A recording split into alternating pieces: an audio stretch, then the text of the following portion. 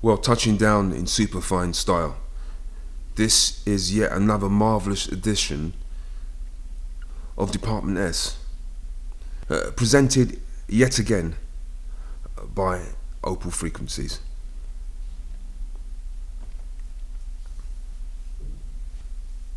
Now, greetings as I will tell it to you, to the north, the south, the east and the west, where on this particular occasion, inquiring minds, and in particular indigenous souls, cause the present company to stop just for a second, having perhaps seen something or realized something, in order to reorientate oneself. And in doing so, questions have to be asked, of course. So the following is one such question, which is as follows. I have a question. Eligio keeps stating he is teaching knowledge of self. Can knowledge of self be taught from an exterior mere mortal?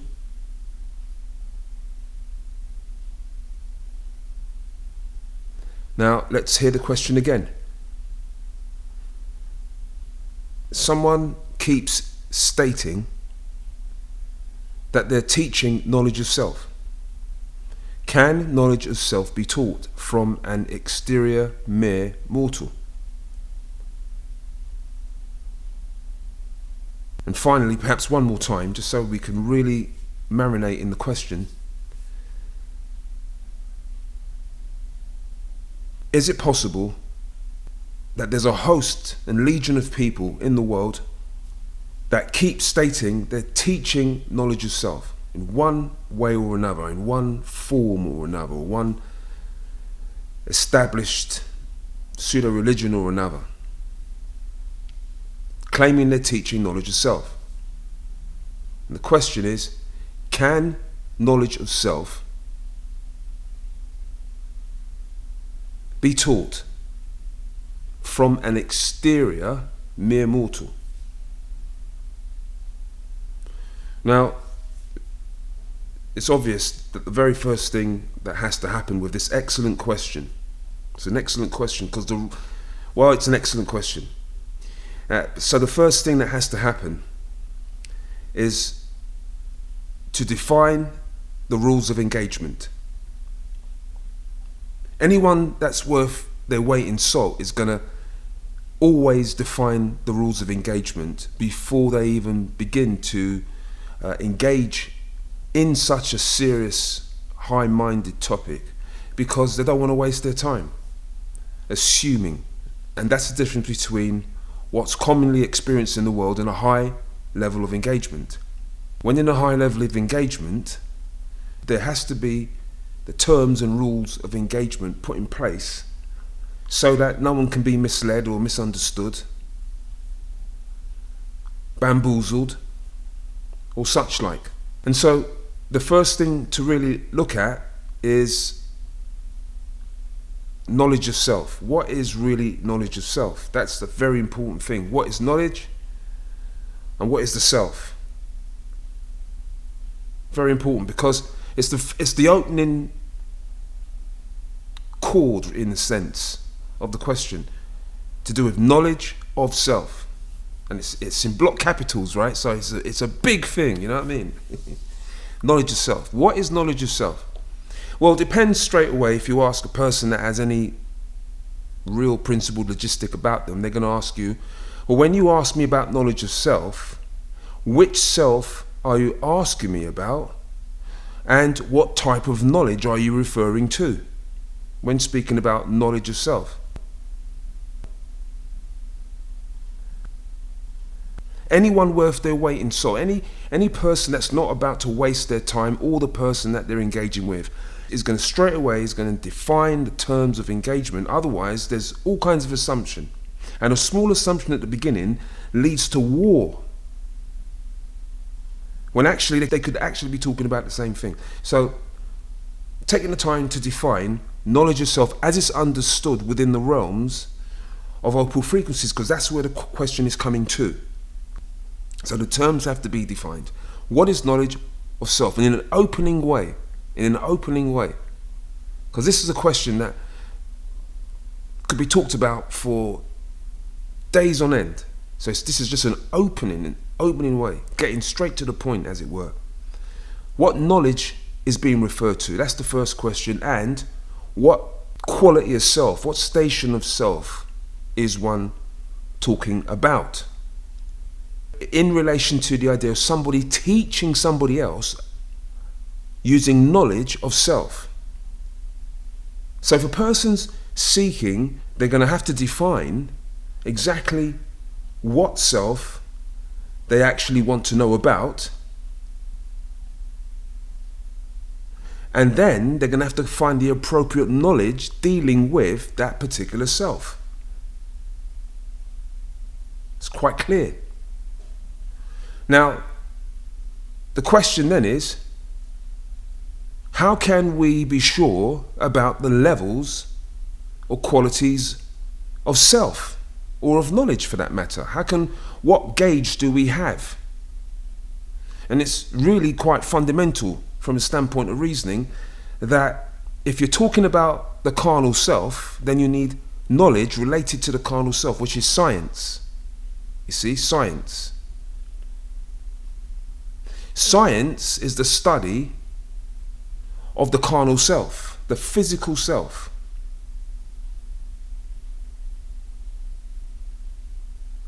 And then, in another way and style, some people will know this level, this outer ring of knowledge. They'll know it as the exoteric ring.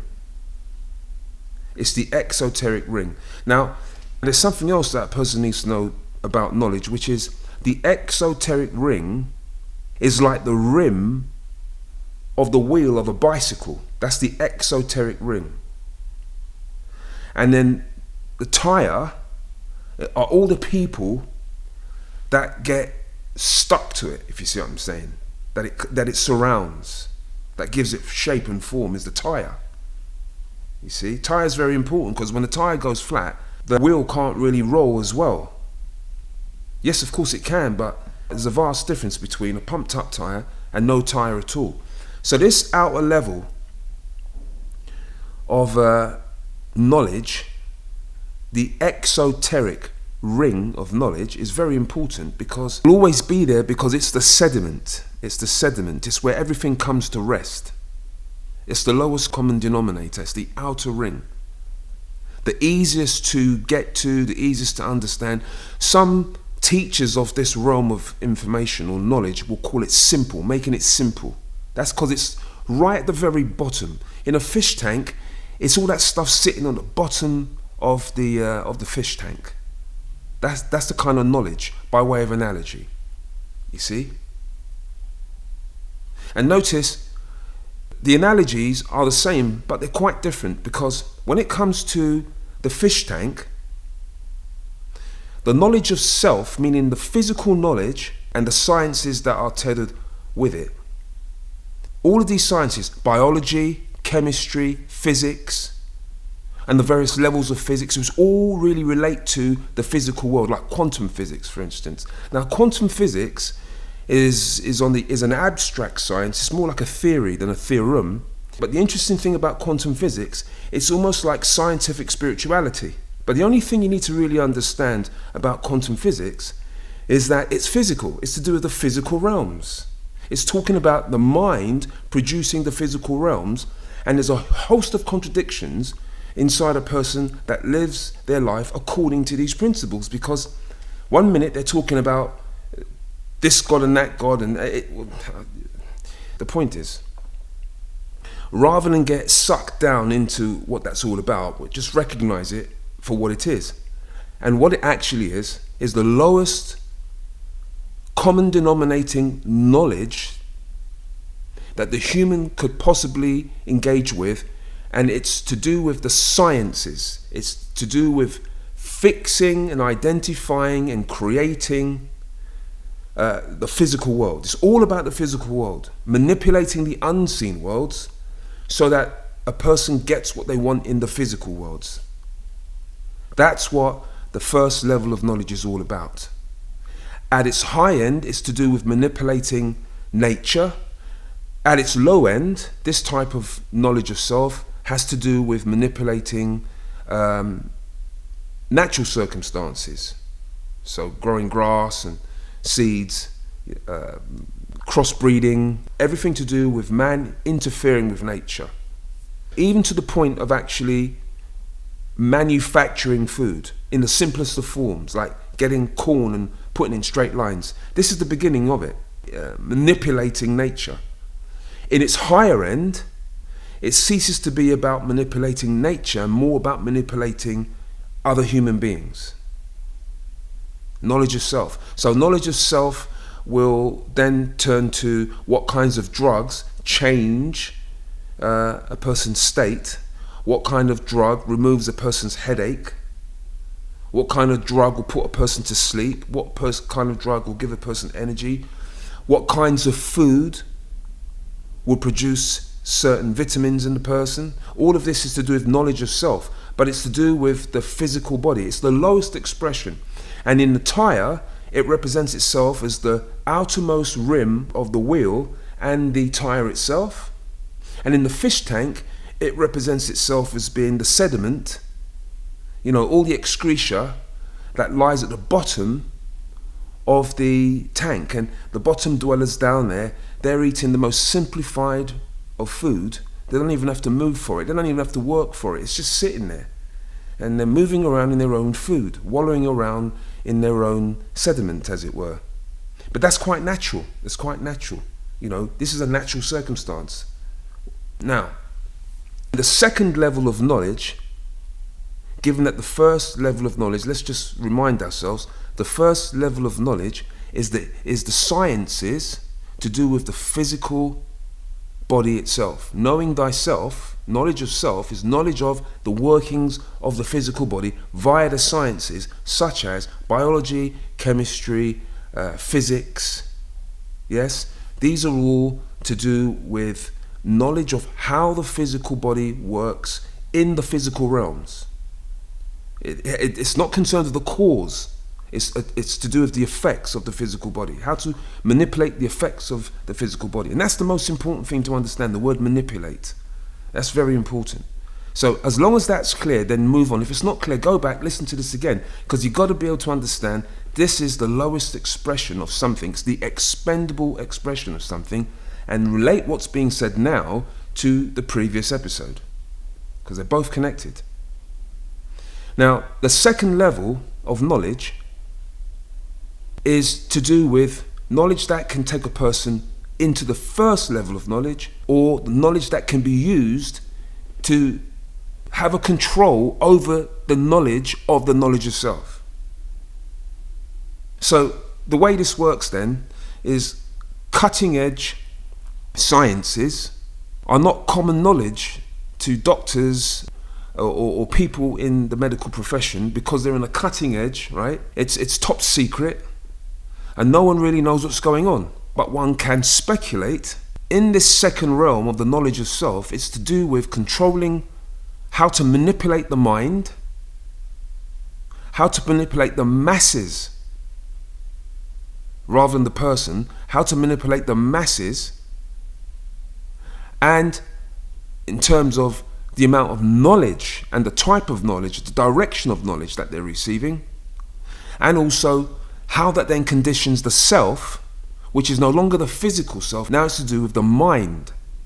And this is then the second self. The first self then would be the physical body and knowledge about it. The second self is to do with the astral body and the knowledge relating to the second self, which is as full and as vibrant as the knowledge related to the first self. But ask yourself, how many people can sit down with you and discuss the details in a knowledgeable way about what they're talking about, which is the second self, the astral body, how it works, where it comes from, what it's for, the nature. Because knowledge of self is going to be more unseen the higher you go up. So with the wheel, you notice the spokes are closer together in the middle of the wheel. And this type of knowledge is called mesoteric knowledge.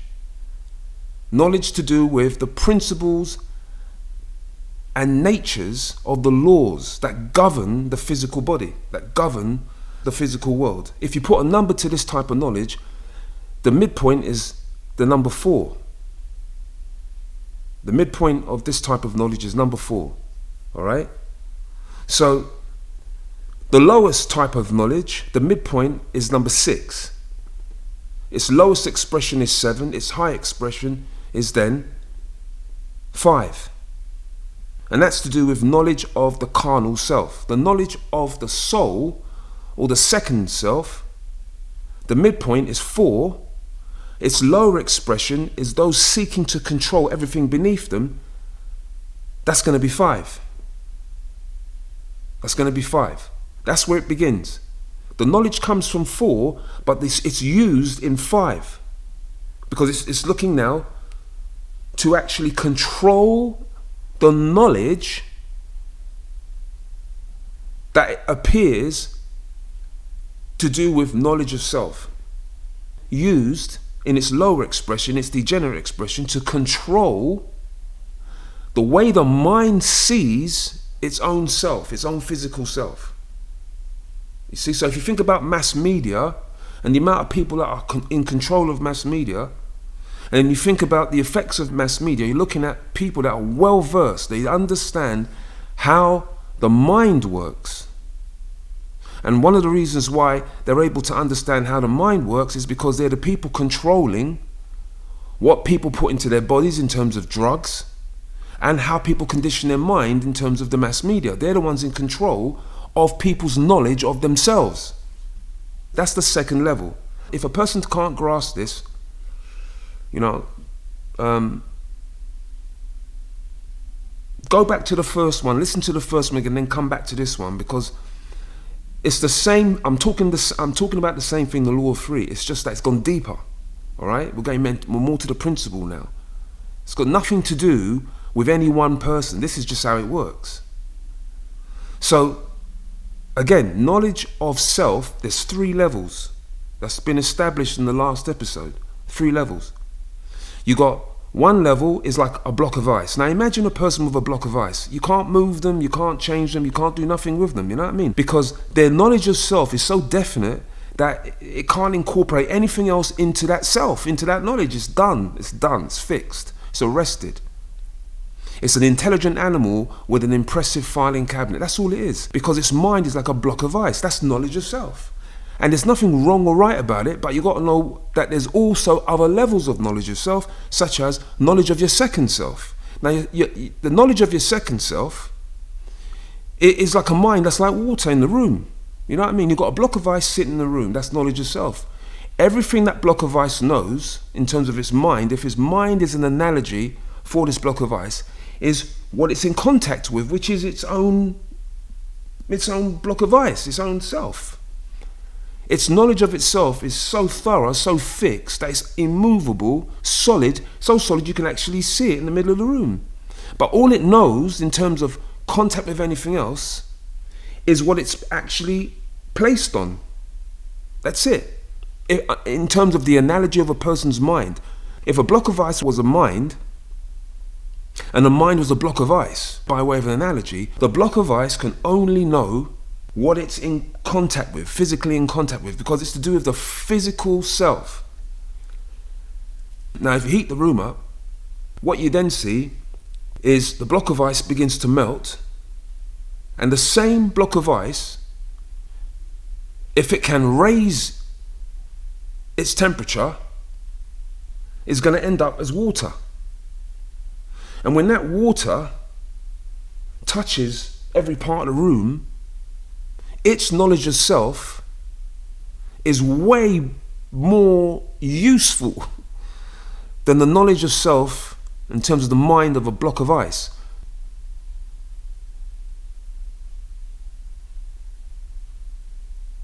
The mind of water touching everywhere in that room, splashing up against the walls and learning new information as it's moving around, right, and splashing around. At least at that point, There's no form. It's like it can understand everything that it's in contact with. It's far greater, a far more versatile mind, a far more free mind, sensitive mind, all the qualities you can possibly name to do with water that are absent in a block of ice. That's the advantage of knowledge of second self, which is to do with the unseen. So you can straight away know what a person's dealing with by where the focus of their attention is. You can tell what they're teaching. And if that's what they're teaching, then that's great. But no, that's the level. That's the level of it. You know what I mean? That's the level of it. Done. That's the level of it. So when you're looking at the second knowledge of self, by way of analogy now, so you have to have a prehensile mind, you know what I mean? You've got to have an abstract mind. Just keep in mind the fact that it's a principle of three things. A watery mind is way more useful than a block of ice as a mind. But imagine now if the water started heating up and turned into steam. If that mind of steam, or a mind that was like steam, behaved like steam, rather than the block of ice, was able to remain connected to the brain of that person, because that's no average mind, that's a disciplined mind. By doing that, you're talking about an even higher knowledge of self, first level, to do with steam, or the spirit, the soul, and the physical body, or the carnal body.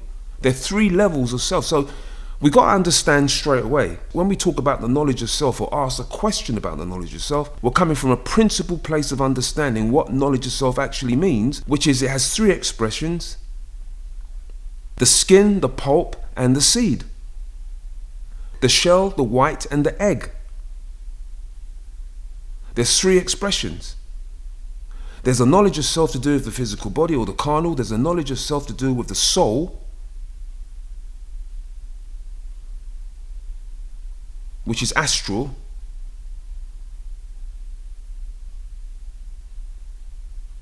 And then there's a knowledge of self to do with the spirit, which is occult.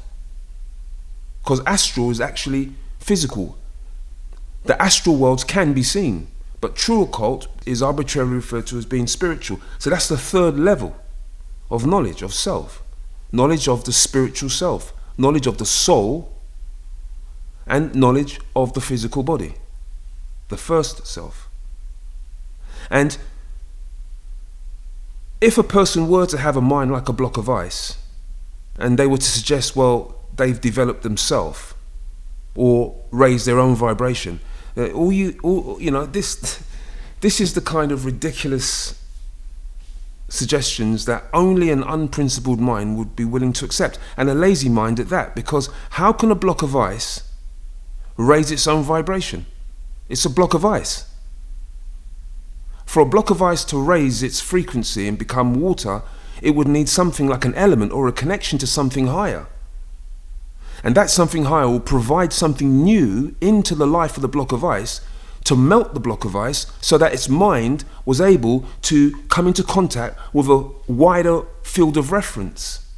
Especially since that's what a mind's supposed to do. A mind is not supposed to be fixed, or worse still, get frozen by another block of ice. A mind of water that becomes frozen, arrested by getting too close to a big block of ice. Knowledge of self is a very... Listen, knowledge of self, good luck, good luck, good luck. Especially if it's all about the sciences. Because the sciences don't even believe... Well, sciences don't believe in God, number one. And sciences don't believe in the unseen worlds. They only believe in what they can control and repeat in a laboratory. The chances of a person seeking knowledge of the first occult self by getting too close to an icy mind, well, that's very dangerous. One can begin to see where confusion can appear. Because if a person is seeking the highest type of knowledge, but consulting with something that only knows about the knowledge of the physical body, this is going to create all kinds of contradictions, and is good for the block of ice, but not so good for the steam, because the steam is going to eventually become consumed by the block of ice. If one understands the analogy of how a person can have three states of mind. A state of mind that's like steam, which cools and becomes water, which then cools again and becomes ice. It is not possible for ice to raise its own vibration. It has to be connected to some external element or connection. And if a person doesn't believe in anything but themselves because they're God of their own creation, how the hell are they supposed to raise their own vibration? Well, hell is the operative word, isn't it? They're stuck.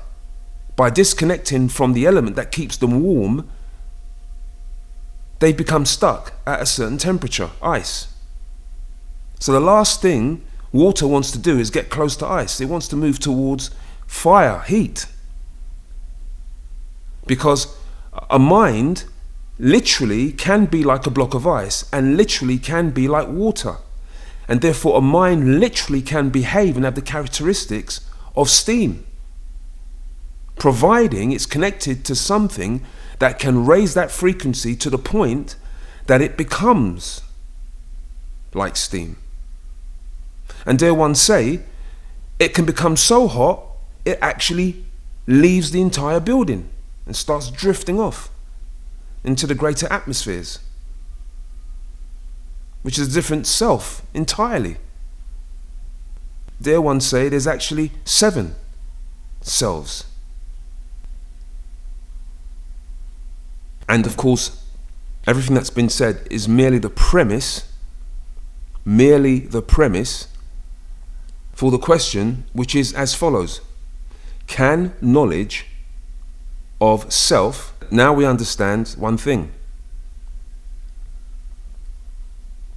In using the word self, now we understand, well, of course, we're not sure because it depends on the type of knowledge that particular self is teaching.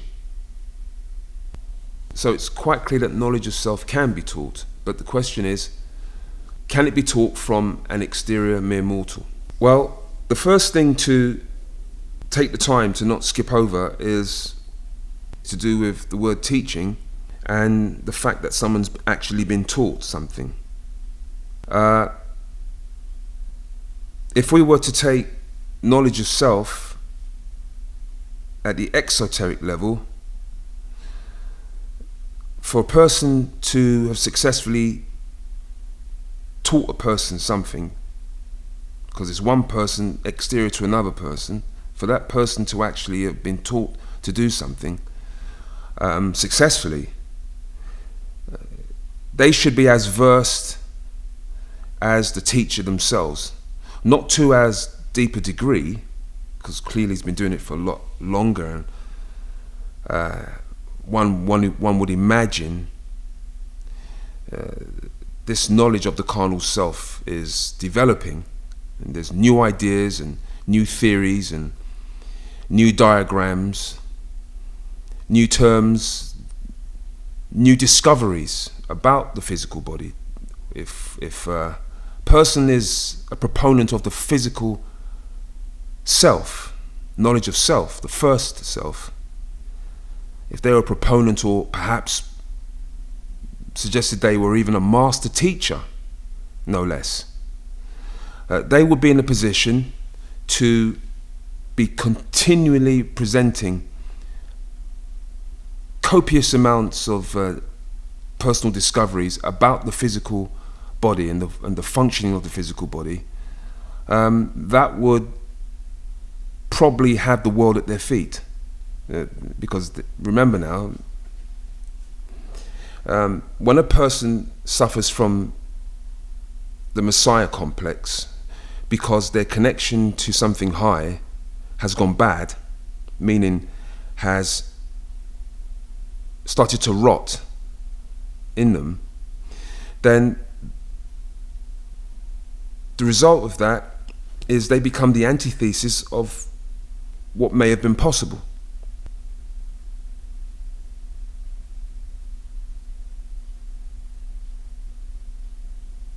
And so to the second half of the comment, asking the question, can knowledge of self be taught from an exterior mere mortal? Now, fortunately, some will have a deeper appreciation of what knowledge and self actually means. So it's not an issue of whether knowledge of the first self, the second self, or the third self can be taught about knowledge of the first, second, or third selves. That's not the issue. The issue is going to be, can it be taught by a mere mortal? And the question is, who else is gonna teach you? It's got to be someone else. It's not going to be you, is it? Because you see, if you think about it, if your mind is like a block of ice, or if your mind is like on the outside of a bicycle wheel, or if your mind is like the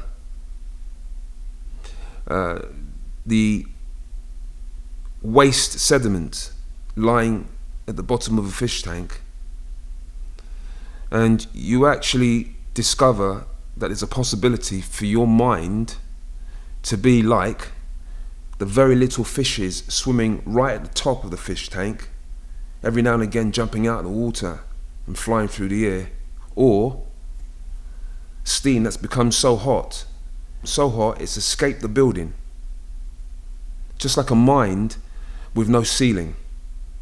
Okay, you can have a mind like that, similar to steam. Or then you could be like the hub of a wheel that when it spins very, very slow at the center, but at the fast it's going 10,000 miles an hour, burning itself up, working so hard, accomplishing nothing, working so hard to actually accomplish very little of value because the knowledge is right at the outside. But look at the speed of the wheel, how fast it's going, working so hard for knowledge that it's of little value in the real sense of the word, because the real value is going to be higher up the bar. So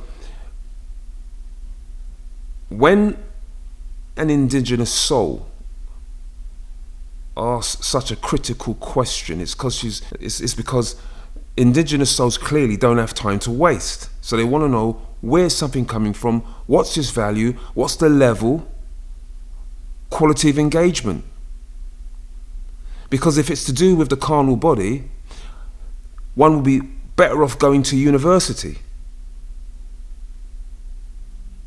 to be honest. At least it won't contradict itself in university. But then, be that as it may, can knowledge of self be taught from an exterior mere mortal? Okay, so the thing is, we've got to understand what being taught is. Now, when it comes to being taught to do with knowledge of the first self, it's all about remembering references. That's all it's really about. So people who have a good ability to remember facts and spit these facts out, even if they don't even connect, the reason why they get away with it is because no one has those references, because they can't remember all that stuff, you see. So what tends to happen with people who want to control other people, become demigods of other people, because this is where they live, in this area, knowledge of self. What they do, and the reason why I'm saying that is because you can't find people behaving like this the further up the bar you go. This is why sharks don't float in the water, okay? Now, knowledge of self, of this level of knowledge of self, this is where you got good knowledge and bad knowledge. It's all unprincipled. Anybody can have an opinion when it comes to knowledge of self, because each self is separate. So the reason why there's such confusion in the realm of knowledge of self at the low end is because people don't really have knowledge of self, primarily because it's been controlled by other people who don't have knowledge of self. And so there's so much contradiction, just like the spokes in a wheel. Every spoke is contradicting itself. Each person has their own view of knowledge, and all these people are stuck to it. It's a distraction of the highest order. It's the lowest knowledge of self. And a mere mortal, that is knowledge of self. That's where you find it. So if the suggestion is that there's a mere mortal out here claiming that they can teach knowledge of the carnal self, and someone saying they can't, well then unfortunately these people are wrong. These people are wrong. Because this is where the demigod lives. This is where their knowledge of self is so much more superior than other people, as well of knowledge of the higher realm in terms of how the mind works, that they can turn up masquerading as something high, but really all they really know about is fragmented pieces of what they can remember, because they've got such an impressive filing cabinet of information that's been taken from Tom, Dick and Harry and presented as their own, and misleading people, because knowledge of self primarily deals with two parts, the higher self and the lower self. And that's a contradiction, because every human being has three selves. So the minute someone starts teaching you about the higher self and the lower self, and they don't talk about the middle self, they're teaching you something that's got more to do with what is proverbially known as the devil living at number 7 than the real true higher self living at number 1. That's how you can know straight away that the person is a fraud. It's not that they can't teach knowledge of self, but stick to the physical self, because that's where their knowledge is pointed. That's what it's all referring to, the sciences. And if they start talking about spirituality, you've got to be very careful with them, because spirituality is a knowledge they can't teach. They don't have the references. They haven't done the work. They don't have the education. So the only way they can get around it is to call themselves a demigod and impress other people with their knowledge of the physical body, because those people are too slow. They're bottom dwellers, remember. They don't really mind where the knowledge comes from, as long as they're rolling around in it. They don't have to work for it, just throw it out. You know, if you can dig what I'm saying. It's a knowledge of self to do with, yes, the mere mortal self. Yeah, why not? Why would an exterior... Listen, the more exterior the mortal, the better the knowledge of self they can actually tell you, because they're getting it from all places. They're putting it together on the go. So you're going to get great knowledge of self there. But is it got anything to do with anything real? Absolutely not.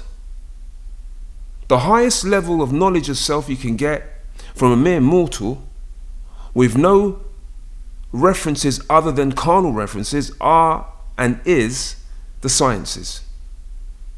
The sciences.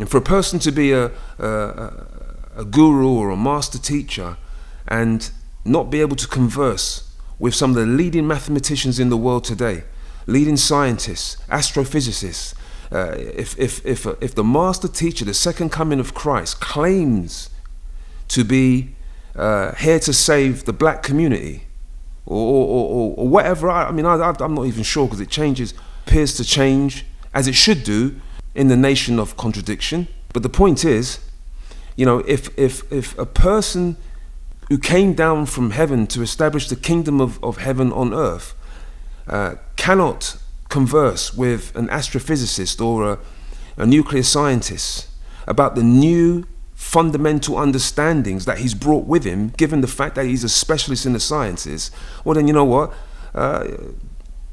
obviously the person is a snake oil salesman, he's a fraud, he's a dollar store Christ. I mean, it's you know, to take people's work and mislead people, you know, that's going to cost people. It costs people. There's lots of them out there. There's lots of people out there. There's lots of people, you know, they don't give credit where credit's due. None of this work that you're listening to now could have been done without a man called Leo saving my life. And, you know, some people will say, well, oh, a white man taught this black man. Well, good luck, you see, because their knowledge of self limits them like a block of ice. Knowledge has got no colour to it, man. So I put that up straight away, just so I don't waste anyone's time. You know what I mean? I give credit where credit's due. And when people come along and take people's hard-earned work and use it, that's okay. That's great. That's great. Because who really isn't taking someone else's work and using it? The point is, don't use that work to control people, to lead people astray, because they can't be bothered to do the work themselves. So yes, a mere mortal can teach other mere mortals about mortality. Yeah, yes, very possible, but not about anything else. Oh no, that would be dangerous. That would be heading in the wrong direction. Knowledge of the second self is to do with not the causes, but what's behind the causes. So it's to do with things like the emotion. It's to do with things like how the mind works. It's to do with the nervous system, the psychology, and it's almost like it's the unseen, but you can still see it at play in people. So it's a second self. It's seen but not seen. It's almost invisible but not quite invisible. And that's to do with sensitivity and intelligence. You can tell how intelligent a person is, whether they're a man or woman, by their level of sensitivity, and you can tell how sensitive a person is, whether they're a man or woman, by their level of intelligence. Because if you want to find out about the divinity of your life, and you Google it on the internet, and then whatever you read becomes the doctrine of how you live your life and how you view yourself, when you could spend a few $1,000s and travel to China or to Africa and have someone sit in your aura and connect to the inner parts of your second self, and then cast your chart and interpret your chart that way, you're going to get two entirely different types of horoscope reading. And one is like a block of ice, because all you got to do is punch a few letters in and just believe what they say, because the person might like what they hear, which appeals to their vanity. And the reason why it's written that way is because someone will keep going back and going back and going back, so the people writing the horoscope make money. You know, that's the real reason. The person doesn't do it because they love humanity. They did it to make money. Somebody's going to be making money. Somewhere along the line, somebody's making money from a blind person leading the blind, casting horoscopes about the virtuistic nature of their life. It's ridiculous. Ridiculous. If a person really wants to find out about horoscopes, what they do is they get a few $1,000s together, fly over to India, and if they're lucky, they'll find someone that can sit in their aura, make a connection to the divine of their life, and cast the runes of their circumstances before them. But that's if you can find a person still alive who can actually do that, because most people prefer the first kind. At least that way they can like it. It can be positive. And all the negative stuff, you know, confirms their vanity. But that's all to do with the first self. It's to do with other people's perceptions. The demigod is the god of other people's perceptions, wanting to control, govern, manipulate, align, all for the good of what the god thinks they should be doing. But it's what it really is come closer and closer and get frozen like a block of ice. So you're no good to anything, no good to anybody, or no good to anyone, or you're no good to yourself or anyone else, because you can't think straight. Your mind's frozen. That will be the end circumstance. Now I know this is a little frown strong, but you know, listen, it's not personal. It is what it is. There's too much of this kind of nonsense going on in the world, where people who study business turn religious because they've got knowledge of self and knowledge of how to manipulate people's minds. So the idea of being taught something, well, what is it really that's happening? It is the person simply imitating until it becomes habitual, something that deep down they may not be completely settled with, but for a number of different reasons they're entwined in, so they just can't change, they can't do anything about it. whatever they've discovered, it's too late. So they've become magnetized. They've got to go along with the storyline. But then there's a different type of taught, which is a person that's taught not what to think in life, but people that will not allow themselves to be taught anything other than how to think about something so that they can decide for themselves. And that's the vast difference between knowledge of self, first self, and the higher levels of knowledge of second self, but definitely the knowledge of the third self, because it's to do with the principle of the matter, and it's much more to do with how to think about something rather than what to think, which is what the sciences can only present to a person, what to think about something. And a mere mortal can't teach that, no, because what happens when a person starts to move into these realms is because they're no longer interested in quite the same way as a demigod might be about the physical realms. They're no longer interested in, for instance, the prowess of their sexual nature, or the power of the libido, or they no longer believe that the only way you can communicate with certain women is sexually. I mean, it's abhorrent. These types of notions are the mentality of the new animal. You know, the new animal. That's, I mean, again, what can you say? But there are a small minority, and you know, look, it's very interesting because You should know I control 98% of the people of your world. Do you not think that entitles me to rate as royalty? it says 98% of people supposedly are under the sway of the so-called devil. Now, if you look at a dollar bill, what you notice is the dollar bill has a pyramid on it, and the pyramid, top of the pyramid's cut off. And what it said is 2% of the population control 98% of the wealth. And then you look at this pyramid and you see that there's a vast majority of the pyramid that's one piece, and this small piece floating all by itself at the top. It's almost like the 2%. And so I wonder if some people allowed themselves, and I'm going to say that again, I wonder if some people allowed themselves, but not this physical self, more to do with the second self, the higher part of the mind, that doesn't think about everything physically or one way. Thinks about things coming down, going up, going left, going right, in totality. I wonder if some people actually allowed themselves to think that when this so-called devil that was discussed in the previous episodes, talking about this 2%, that yes, it's 2% at the top, but it's also 2% at the bottom.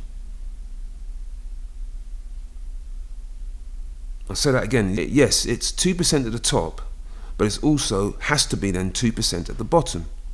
2% of the fine set free. 2% of the fine set free. In other words, there's 2% of humanity that produce something the planet cannot contain, like air underwater. It's got to escape. 2%. Just like there's 2% of the human race that control the physical realms. These are the demigods. That 2%. It's the demigods. If you wonder why the number 144,000 is such a small number, 144,000. 12 stars in the constellation, 12 times 12, 144.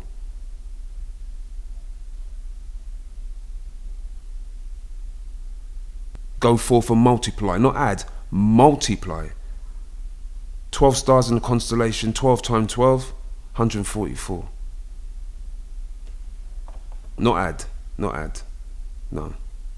This whole nation thing, it's a bit late for that. Something else going on. So, you know, knowledge, it's a different type of knowledge, right? It's a different type of knowledge. A mere mortal can teach knowledge to do with mortality. Not immortality, mortality. the physical body. Don't talk about immortality, because science doesn't talk about immortality. When science talk about immortality, they're talking about making apples that last longer, making fruits that stay fresh longer, you know, making skin that doesn't grow old, you know, making clones that you can put the soul into. You know, immortality for a demigod is the internet and having their work stay on there so people in years to come can listen to it. But that's not immortality, that's mortality. Immortality is the difference between teaching something to somebody and the person getting the knowledge and being able to implement it because it has a connection.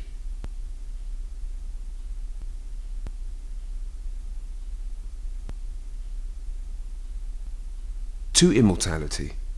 What they're studying, immortality recognizes and rushes towards them to embrace them in the connection of the vine that is divine.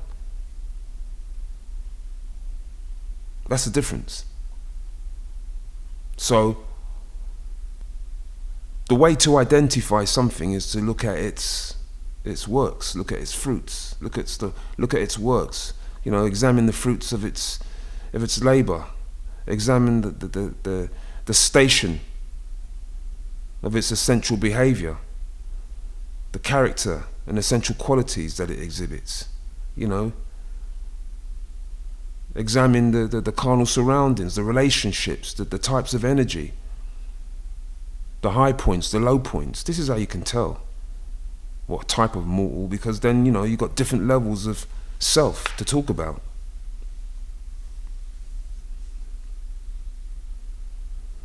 You know, a person could claim to be talking about knowledge of the first self, and they could be a very high person, a very extraordinary person, very principled. As a matter of fact, some of all the leading scientists as well, as an example, Tesla, you know, they belong to great traditions of esoteric knowledge, studying the spiritual nature of life, spiritual nature of the universe. You know what I mean? Enough of them. Enough of them. So, yeah, person can claim anything they want, but if you just look at the knowledge and just locate the knowledge along that bar, ranging from the absolute cause right down to the moon, ranging from steam right down to a block of ice, ranging from the hub of a wheel that's hardly moving to the outside of a tire that's moving at 1,000 miles an hour and saying nothing, from life that has no eyes, no senses, insensitive, to shiny fish leaping and prancing outside the water, experiencing another domain of existence and then coming back to tell people about it. Well, you know, it's like chalk and cheese. Anybody can see, no matter what a person calls themselves, if their surroundings don't complement what it is they're saying but contradict what they're saying, then they're telling a lie. If their language isn't consistent, they're telling a lie. Because the one thing about the higher realms of life, it's consistent. It's consistent. It doesn't today decide to be beautiful and the next day decide to be a beast because they like doing it. That's nonsense. That's nonsense. It's nonsense. And it could be changed. And if the person's serious about their life and concerned about their life, it can change in an instant. But you know, this is not about judgment. It's just like, understand that there's principled knowledge and then there's the person's opinion, and it doesn't really matter whether a person's right or wrong. It's whether or not the laws can uphold what it is they're saying. And if the laws don't uphold what they're saying, then it's nonsense. It's nonsense. And as long as a person understands it's nonsense, well, okay, but don't take nonsense and put it on a pedestal and start talking about spirituality, because you could be heading in exactly the other direction and not know it. You cannot raise one's level of sensitivity and intelligence, because you see, look, if you go to a dollar store with only 4 quarters in your pocket, the only device you can buy is one that costs you $1. But if you work to get $1 million and go and buy the same device from NASA, that device is going to perform in a way and function in a way and be aware of things in a way that's far more intelligently calibrated and far more intelligently sensed and translated, because it cost far more money and, more importantly, took far more work. But if you take 25 cents and run into a dollar store and buy the same dollar store version of the one that somebody bought at NASA and expect it to work the same, it's not. It's going to be less intelligent and it's going to be less sensitive. It's going to pick up less. It's going to be able to translate less, understand less, comprehend less. It's going to be less. It can still be used depending on what it is. But be careful, because there are some tools that cost $1, and the minute you try and use, they just break. They're no good. You know? That's just how it works all over the world. The north, the south, the east and the west. Ain't nothing special about that. This is not personal. That's just how it works. Don't expect to buy a dollar store tool and get NASA performance out of it. And don't expect, because if a person hasn't worked for the knowledge that they've accrued to themselves, then they haven't been taught anything. They just have a very impressive filing cabinet of unconnected, disjointed contradiction in the form of information. But when you hold it up to the light, it shrieks in night terrors. Can't sleep.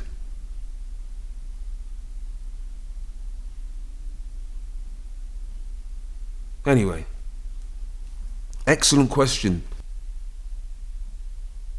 Until next time, this is, of course, Opal Frequencies.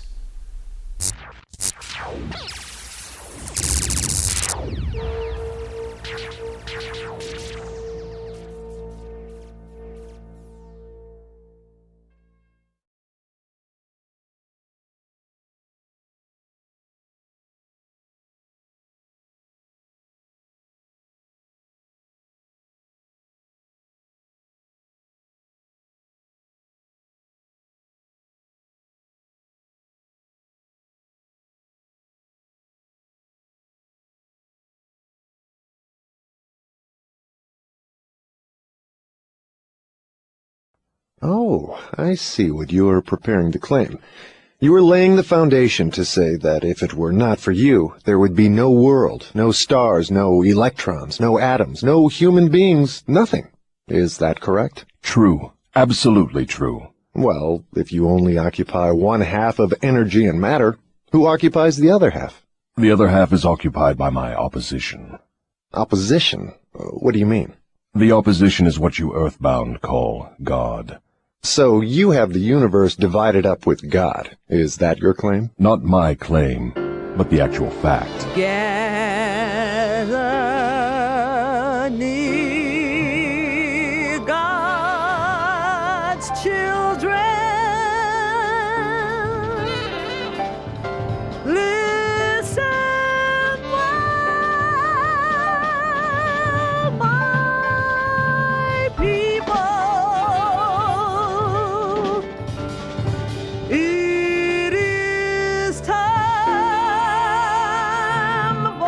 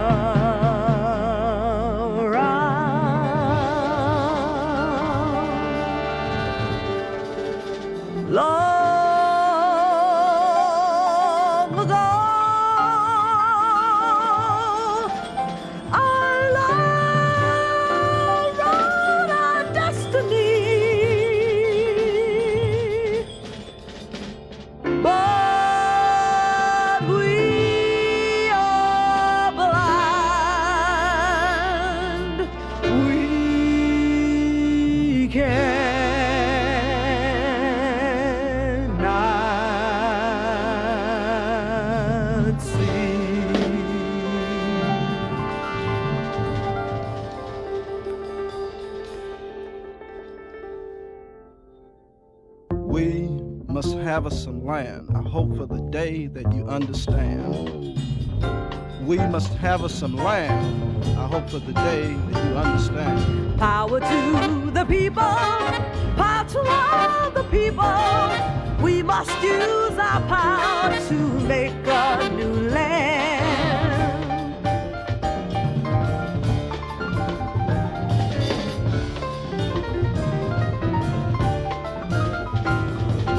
As we all volunteered into slavery, search till you find a place to be free.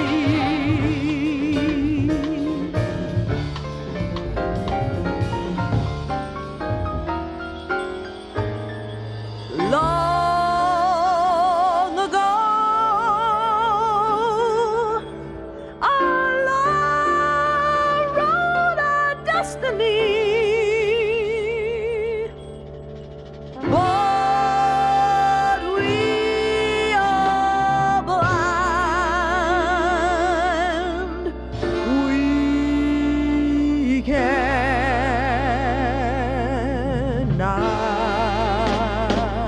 cannot see.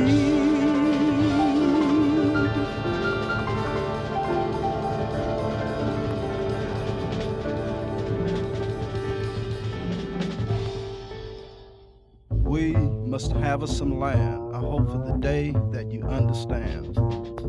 We must have us some land. I hope for the day that you understand.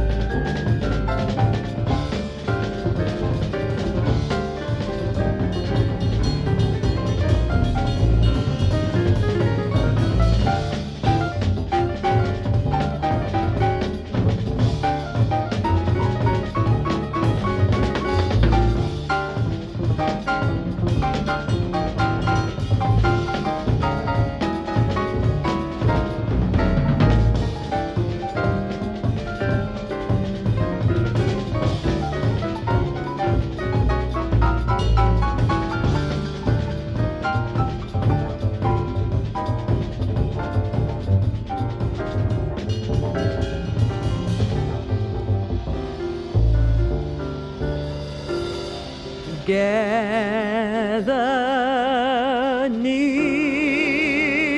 God's children.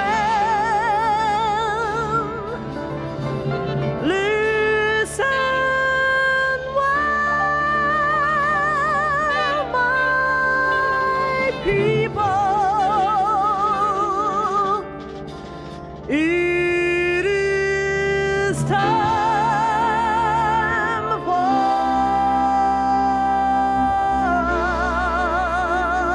us to turn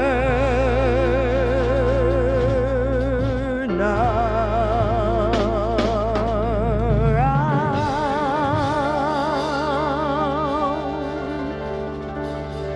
Long ago,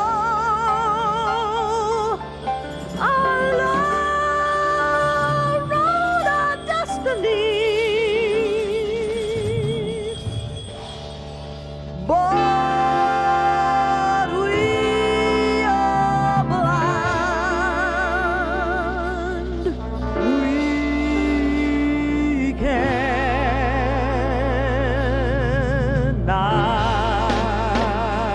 cannot see.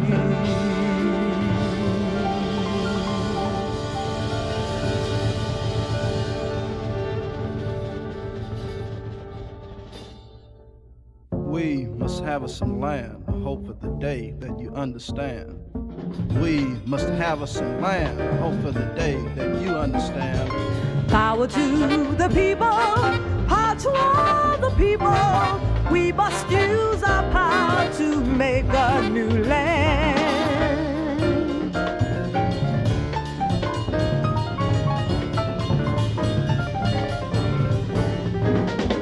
As we are volunteered into slavery, search till you find a place to be free.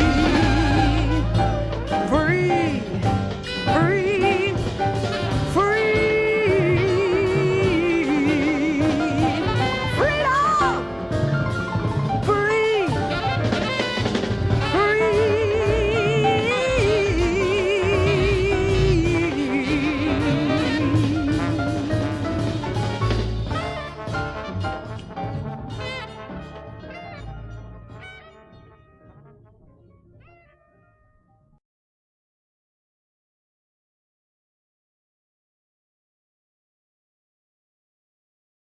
Wake up out of your slumber.